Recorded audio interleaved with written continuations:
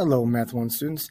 This lesson's on 7a, which is determining if a table, graph, or relation is a function. Now, this chapter, you guys learned all about what a function is, right? And we started off by defining what a relation is. And a relation is a set, or a bunch of ordered pairs.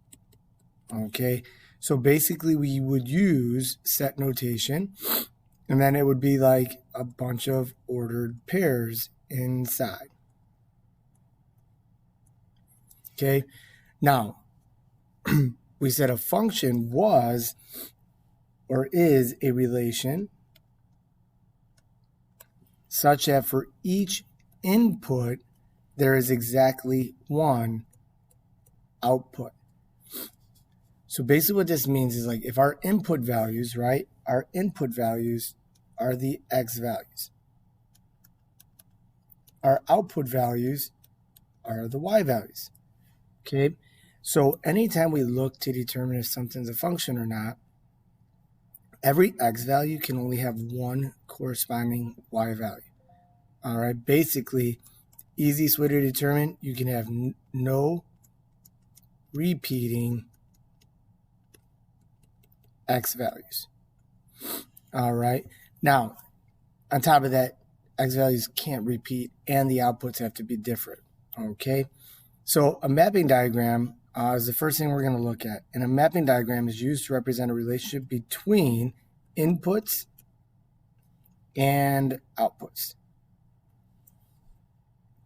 Okay, so when we look at this here, you have to understand that a mapping diagram, a mapping diagram usually has inputs, right, that go to the outputs.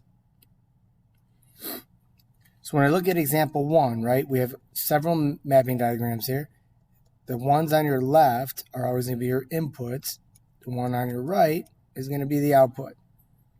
So when we look here, how many outputs does 3 have? 1. 5 has 1 output. 9 has 1 output. Each of those inputs only have 1 output, so yes, this is a function. And the reason is each input has 1 output. Okay?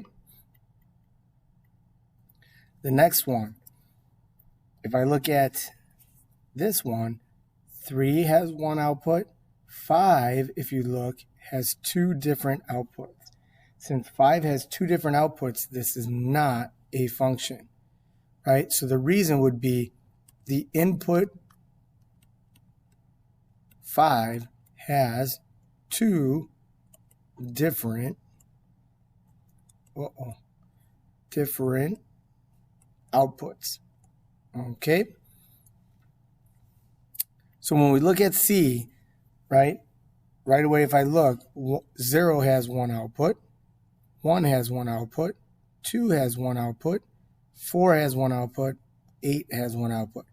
Now, some people might get confused because they see, right, both 1 and 2 going to 9, but the outputs can repeat, just the inputs can't.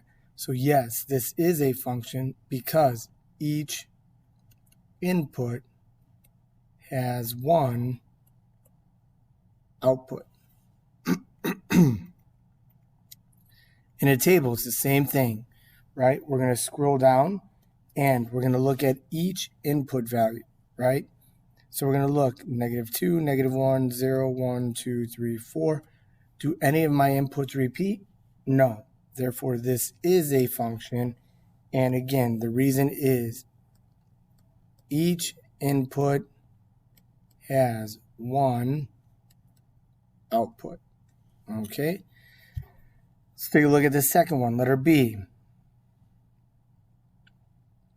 If I scroll down my inputs, -2, -1, 0, 1, 2, 3, 4, right? This would be a function because none of my x values repeat, which means they cannot have 2 different outputs. Therefore, it is a function, and the reason is each input has 1 output. Now, when we look at letter C, right, If I look here, 4, 1, 0, 1, right here, my 1's repeat. So right away I look, my 1's repeat, but then also my 4's repeat. But as soon as you see 1 repeating x value, what we have to do is look. This 4 has an output -2. This 4 has an output 2.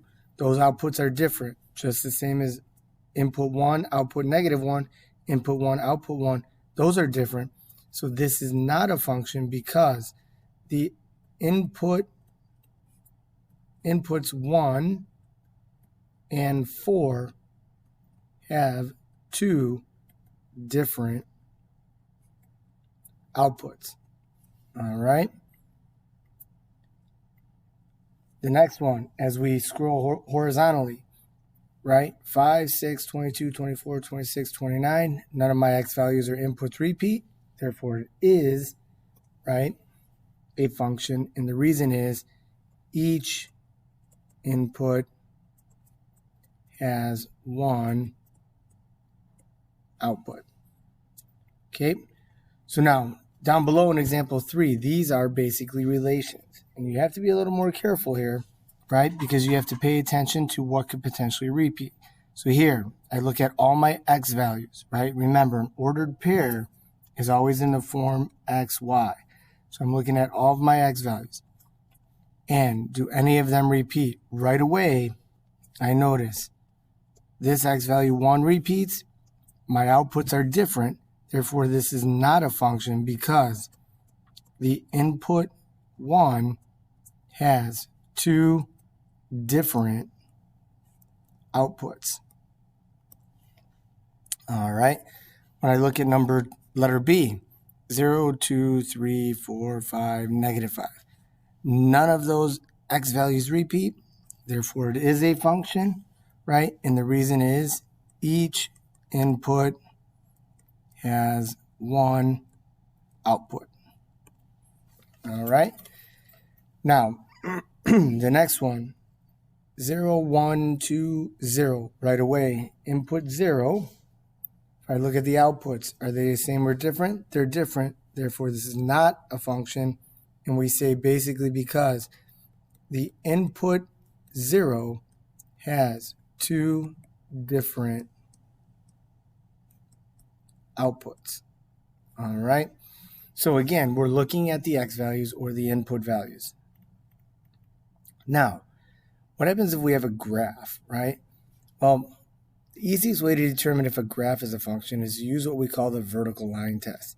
Anytime you're in the coordinate plane, so if I draw a coordinate plane, anytime my x values repeat, they would line up on top of each other vertically, which means if my x values repeat, it's not a function. So this vertical line test, right, is used to determine if the graph of a relation is a function.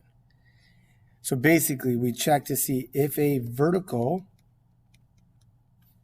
line can be drawn to intersect the graph 2 times, it is not a function. Okay, so if I can draw one line that intersects the graph more than one time, it's not a function. So right away when I look here, no vertical line crosses that graph twice. No vertical line crosses the graph twice. As soon as I draw this vertical line here, this line actually crosses the graph 3 times, which means this would not be a function. If I look here, this vertical line crosses twice. Therefore, it's not a function. So now, when we look at this, that's anytime we're given a graph, that's all we're going to look for. Does it pass the vertical line test? If I look at this graph here, if I graph every vertical line here, right, it only crosses the graph, each of those only crosses the graph one time. Therefore, it is a function because it passes the vertical line test. All right. When I look at the next one, right away, if I draw this vertical line, does that vertical line cross the graph twice? Yes. Therefore, it's not a function. It fails the vertical line test. All right. Letter C, right away if I look, would any vertical line I draw in here cross the graph more than once? No. Therefore, it is a function. It passes the vertical line test. Okay. About letter D, no vertical line will cross this graph twice. Therefore, it is a function. It passes the vertical line test. Now, letter E, crazy looking graph, but if you look, no vertical line can be drawn to intersect the graph more than once. Therefore, it is a function. It passes the vertical line test. This should be able to assist you with the student practice. Go ahead and do that and let us know if you have questions.